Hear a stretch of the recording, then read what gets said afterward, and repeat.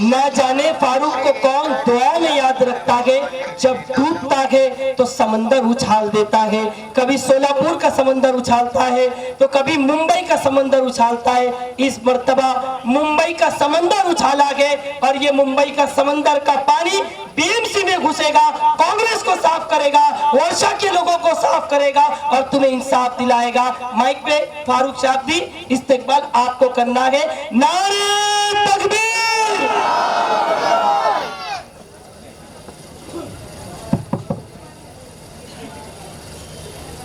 अस्सलाम वालेकुम वरहमतुल्लाहि वबरकातुहू। रवीश, मैं डूब के समंदर को नहीं उछालने वाला हूँ भाई। मैं सलामत रह के समंदर को उछालूंगा इंशाअल्लाह, और ये धारावी की जनता मेरे को डूबने नहीं देगी इंशाअल्लाह कभी भी। माशाल्लाह, ऐसा बहुत कम हम लोग ने काफ़ी रैलियाँ की है, तो ऐसा स्टेज बहुत कम देखने मिलता है। अक्सर हम लोग सीधा देख के ही बात करते हैं, पूरा मजमा सामने रहता है। ये धारावी में मेरे दाहिने हाथ पर भी पब्लिक है, तो मैं इसके लिए आगे आ गया डाइस से कि मैं आप लोगों से बराबर बात कर सकूं। लेकिन बदकिस्मती से जैसा मेरे साथ होता हुआ आ रहा है कि मेरे को टाइम कम दिया जा रहा है। गवांडी में भी टाइम कम मिला, धारावी में कम मिला, लेकिन उम्मीद करता हूँ कि अतीक सर की तरह मुझे कोई फूल नहीं देगा। मैं आखिरी हूँ और मैं इस प्रोग्राम को ख़त्म करूँगा अभी माशाल्लाह।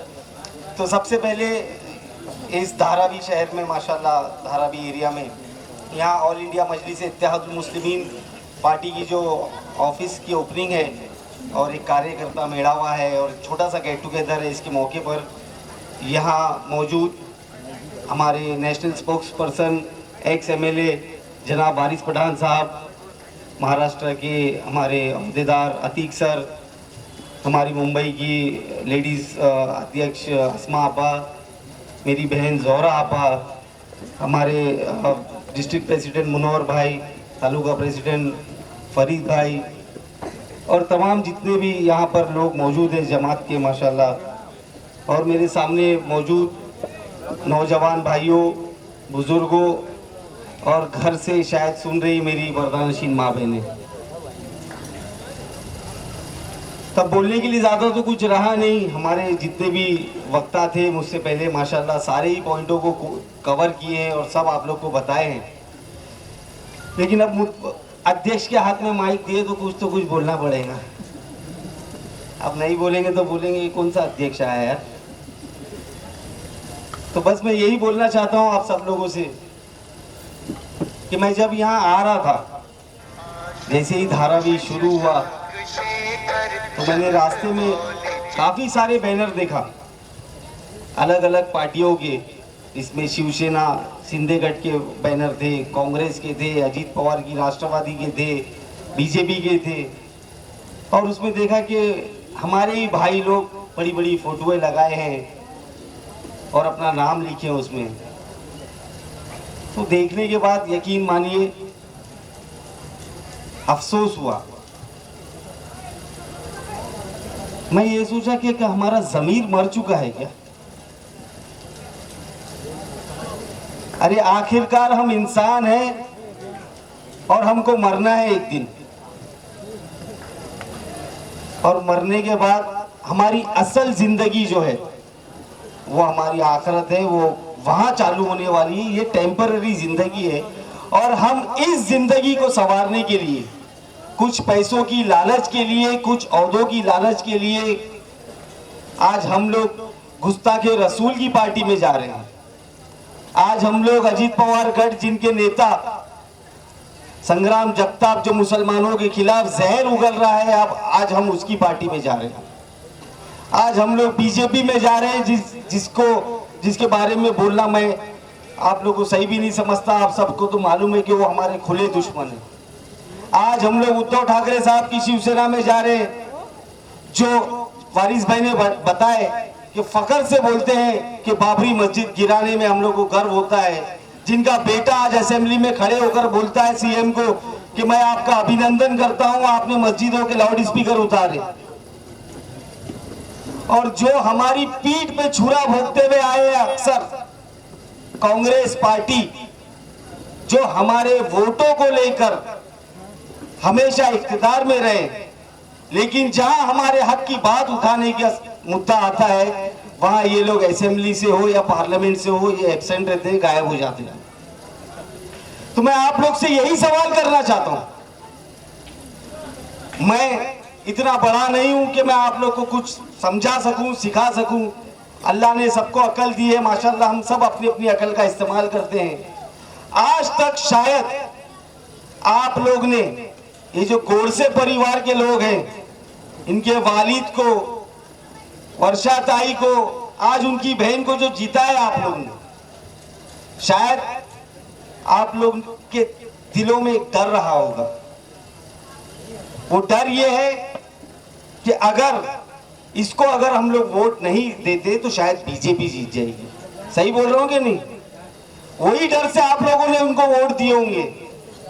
लेकिन मैं आप लोग से एक गुजारिश करने आया हूं कि हम मुसलमान हैं, हमारे दिलों में अल्लाह के डर के सिवा कोई और दूसरा डर नहीं होना चाहिए, और इंशाअल्लाह हम उस डर को हावी होने भी नहीं देंगे, दूसरे डर को हमारे ऊपर। तो आप लोग मन बना लीजिए कि इस बार ये जो दलाल घूमते हैं, ये जो एजेंट घूमते हैं दूसरी पार्टियों के और वरगलाने का काम करते हैं मुसलमानों को, कि अगर आप इसको वोट देंगे तो वो जीत जाएगा, वो हार जाएगा, हमारे ऊपर बीजेपी नाफिज हो जाएगी। मुनव्वर भाई अभी अपनी स्पीच में बता रहे थे कि हमारा असली दुश्मन तो भाजपा है। मैं मुनव्वर भाई की ये बात से इत्तेफाक नहीं रखता। हमारा दुश्मन भाजपा नहीं है मुनव्वर, हमारे लिए तो भाजपा अच्छी है, मैं बोलूंगा वो हमारी खुली दुश्मन है। हमको मालूम है कि ये पीठ पे छुरा नहीं भोगते। हमारे लिए हमारा दुश्मन वो पार्टी है जो हमारे हक की आवाज नहीं उठाती है, चाहे वो कांग्रेस हो, राष्ट्रवादी हो, अजीत पवार हो, शरद पवार हो या उद्धव सेना हो, जो भी हो। तो हम सबको इन सारी पार्टियों को अपना दुश्मन समझकर ही काम करने की जरूरत है मेरे भाई। आज यहाँ इस धारावी में हम लोगों पर, जैसे आप लोगों पर अडानी को लाकर बिठा दिया गया है। ये अडानी का जो प्रोजेक्ट है ये सही मायनों में महाविकास अघाड़ी के टाइम पर ही शुरू हुआ था, और आज ये लोग शायद इनको बराबर मिला नहीं होगा, इनको जितना चाहिए आज ये लोग विरोध कर रहे हैं या एक्टिंग कर रहे हैं। तो मैं आप लोग से यही बोलता हूं कि हम अगर हमारा बटुआ चोरी हो जाए तो सब्र कर लेते हैं, अगर हमारा मोबाइल चोरी हो जाए तो सब्र कर लेते हैं, अगर हमारे कारोबार में नुकसान हो जाए तो सब्र कर लेते हैं। लेकिन कोई अगर हमारे घर की औरतों का और हमारे बच्चों का आशियाना छीनने की कोशिश करेगा तो हम सब्र नहीं करेंगे इंशाअल्लाह। हमारे लिए हमारा घर, चाहे वो जैसा भी हो, चाहे वो झोपड़ा हो या छोटी सी खोली क्यों ना हो, लेकिन वो हमारे लिए हमारा महल है, और हम हमारे महलों को बचाने के लिए इंशाअल्लाह आखिरी दम तक कोशिश करेंगे ना आप लोग इंशाअल्लाह। ये धारावी एरिया है, वारिस भाई ने बताया कि इतना बेहतरीन इलाका है, इसकी कनेक्टिविटी कैसी है।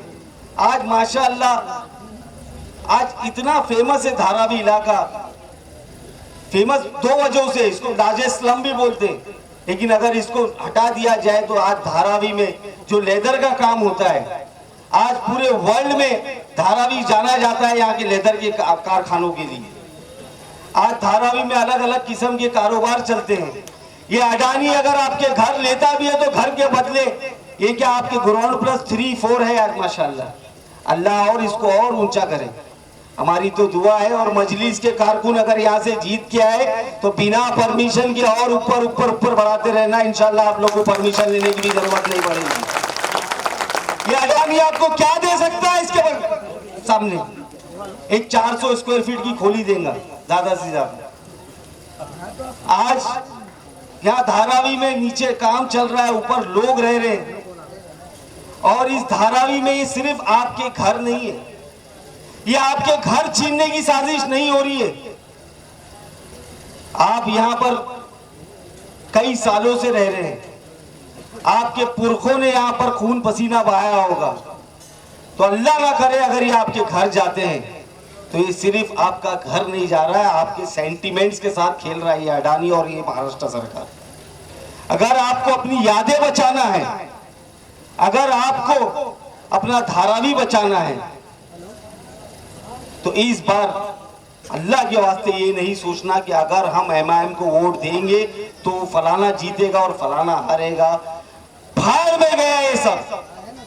हम सिर्फ उसी को वोट देंगे और वो है जमात मजलिस इत्तेहादुल मुस्लिमीन, जो हमारे घर को बचाने के लिए आपके साथ बीच में आई है इंशाअल्लाह।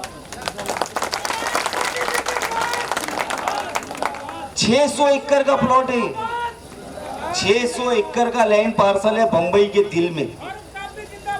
अभी अतीक सर ने बोले कि ये जो प्रोजेक्ट है कुछ 5000 चिल्लर करोड़ में अडानी को मिला है।